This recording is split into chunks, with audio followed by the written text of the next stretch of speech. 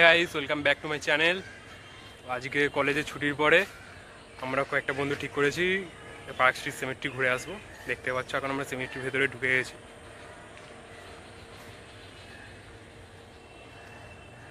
সামনে দুজন যাচ্ছে, আরও সব মানে এদিকে আছে অমিত আর জিৎ, আরও সব বন্ধুরা আছে, ওরা ওই দিক দিয়ে ঘুরতে গেছে, আমরা সবাই এদিক দিয়ে যাচ্ছি।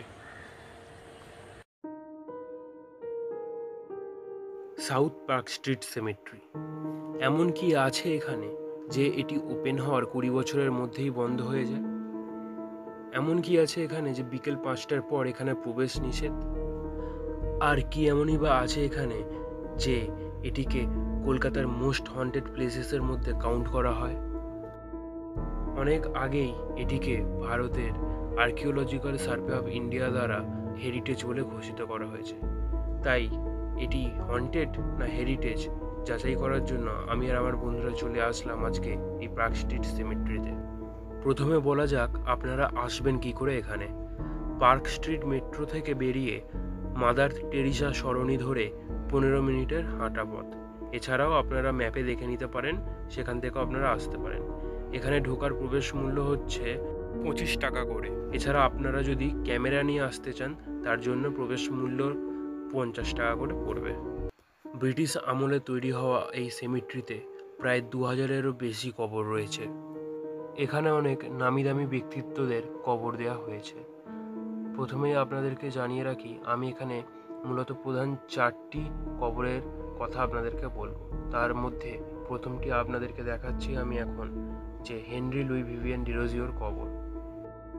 ডিরোজিও ছিলেন নবভারতের এক অন্যতম কারিগর, হিন্দু কলেজের প্রতিষ্ঠাতা।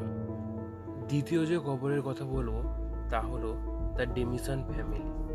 পার্ক স্ট্রিট সেমিট্রিকে হন্টেড বলার পিছনে বলা যেতে পারে এনাদের এক বিশেষ অবদান রয়েছে। ডেমিসন ফ্যামিলির মৃত্যু 1 সপ্তাহের মধ্যেই হয়ে যায়। পরিবারের 5 জন সদস্য মারা যান পরপর। এনাদের একত্রে রাখা আছে একটি বাড়ি মতন কবর করে। লোকমুখে শোনা যায় বর্ষাকালে এনাদের কবর থেকে রক্ত পড়তে দেখা যায়, যদিও আমরা তেমন কিছুই এখানে দেখতে পাইনি। এখন যে কবরটি আপনারা দেখতে পাচ্ছেন এটি একটি হিন্দু মন্দিরের আদলে তৈরি। এটি হলো চার্লস স্টুয়ার্টের কবর। ইনি একজন ব্রিটিশ অফিসার ছিলেন, কিন্তু তিনি ভারতীয় সংস্কৃতি আর হিন্দুদের এতই পছন্দ করতেন যে তিনি মৃত্যুর আগে বলেন যে তার কবরটিকে হিন্দুদের মন্দিরের মতন আকার দিতে।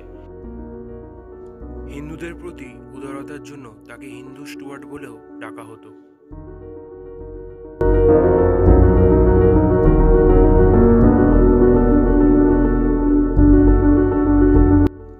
আপনারা এখানে ছোট বড় শঙ্কু, গম্বুজ, বিভিন্ন ধরনের বিভিন্ন রকমের কবর দেখতে পাবেন। কবর ছাড়াও এখানে দেখার মতন আরও জিনিস হচ্ছে এখানের সবুজ প্রকৃতি। এখানে চারিদিক সবুজ, যা আপনাকে এক আলাদাই শান্তির অনুভূতি দেবে।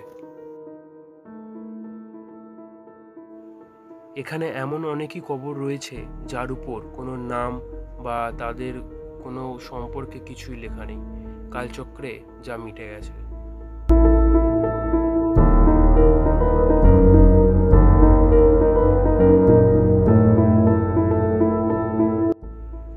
এবার আসি আসল কথায়, জায়গাটা কি আদৌ হন্টেড? সত্যি বলতে কি আমার তেমন কোনো হন্টেড কিছুই মনে হয়নি। হ্যাঁ, জায়গাটা খুবই নির্জন, তাই বলবো একা না এসে 2-3জন কোনো বন্ধু বান্ধবদের সাথেই আসবেন। আসলে পুরো জায়গাটা যেহেতু কবরে ভর্তি, তাই একা থাকলে আপনার ভয় লাগতেই পারে।